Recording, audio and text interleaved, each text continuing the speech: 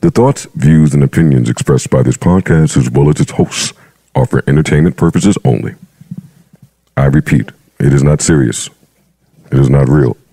No one is exposing, revealing, indicting, or telling you anything about themselves.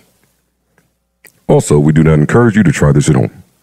We are trained professionals who do not have your best interests at heart, or our own. Enjoy the show. Mike.